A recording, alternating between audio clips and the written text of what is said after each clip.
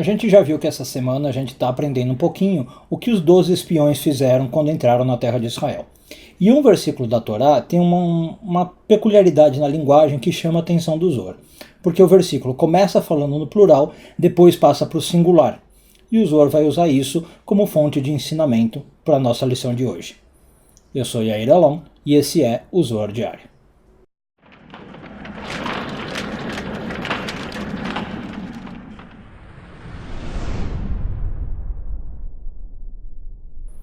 Essa semana continuamos a ler a porção de Shlach, hoje focando nos parágrafos 38 e 39 do Zohar, quarto ano de leitura. Só antes de entrar, para quem não conhece, hoje eu estou usando um estilo de kippah bem diferente, dos judeus de Bukhara, do Afeganistão. Né?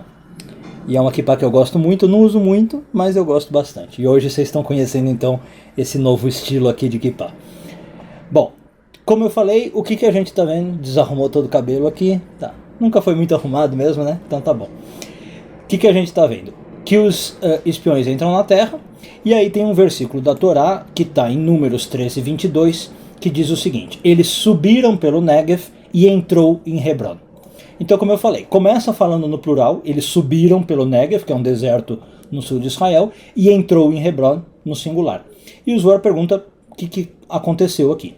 Então o Zohar diz que os 12 espiões realmente subiram pelo deserto, mas um espião apenas foi para essa cidade chamada Hebron. E que espião é esse? O Caleb ben Yefuneh, um dos 12 que volta com um relato positivo. Pergunta número 2, e o que o Caleb foi fazer em Hebron? Por que ele foi sozinho? Dos 12 espiões ele foi para lá.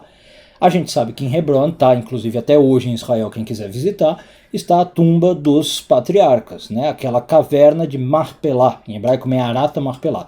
A gente tem lá os patriarcas, as matriarcas, Adão, Eva, tá? Estão todos ali, tirando a Raquel, né? A Raquel foi enterrada em outro lugar. E aí o Caleb ben Yefuneh vai lá, e o Zohar diz que ele vai lá para pedir ajuda, para pedir proteção aos patriarcas. Ele queria se conectar com a ancestralidade dele. E isso é uma coisa muito importante no judaísmo, muito importante na Kabbalah. Agora, em especial, por que ele queria se conectar? Qual é a ajuda que ele precisava? Ele queria evitar entrar em contato com o julgamento negativo que ele já sabia que os outros espiões iam dar.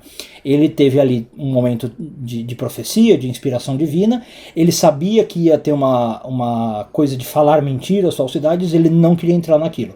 Então ele pediu ajuda para os patriarcas, que são símbolos de verdade, né? Pessoas que trouxeram mensagem de verdade, valores de verdade para o mundo. E aí o Zohar diz que foi por causa disso que ele realmente conseguiu trazer depois o relato verdadeiro e positivo da terra de Israel.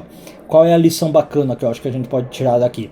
Muitas vezes quando a gente não sabe o que fazer no caminho, né, o que via seguir, se a gente está sendo fiel a nós mesmos, verdadeiros com os nossos objetivos, uma dica legal é: olhe para a sua ancestralidade.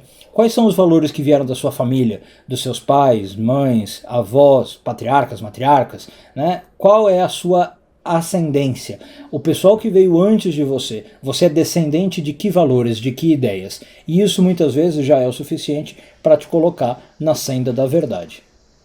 Um bom dia a todos e tudo de bom.